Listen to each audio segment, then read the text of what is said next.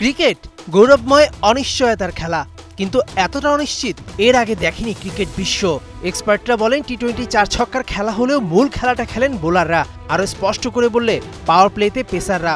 কিন্তু এবার south Africa টি-20 লিগে কোনো পেসার না খেলিয়ে টাক লাগিয়ে দিল পার্ল রয়্যালস।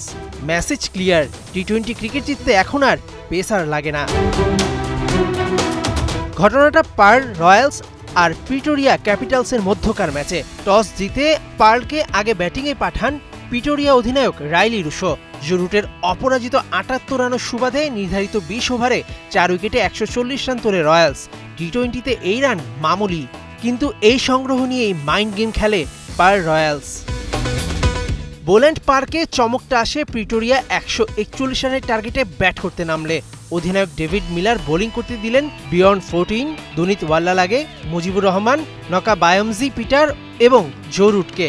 ফাস্ট বোলার ডায়ান গালিমকে ব্যবহারই করলেন না।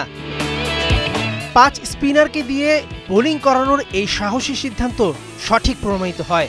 রয়্যালস ম্যাচটি জিতে নেয় ১১ রানে। বল হাতে 14, মুজিব এবং রুট প্রত্যেকে ২টি করে উইকেট পান।